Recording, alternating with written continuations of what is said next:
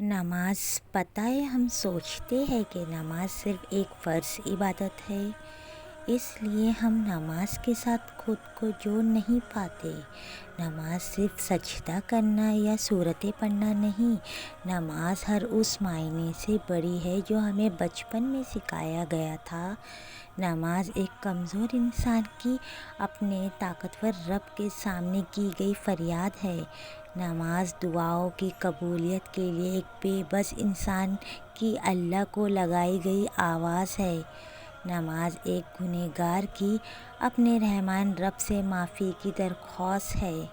ہار کے بعد بھی اگر دنیا میں کوئی چیز ہمیں کامیاب کر سکتی ہے تو وہ نماز ہے۔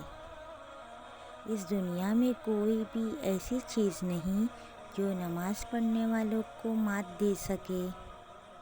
اس لیے ہمیں چاہیے کہ ہم نماز پڑھا کریں۔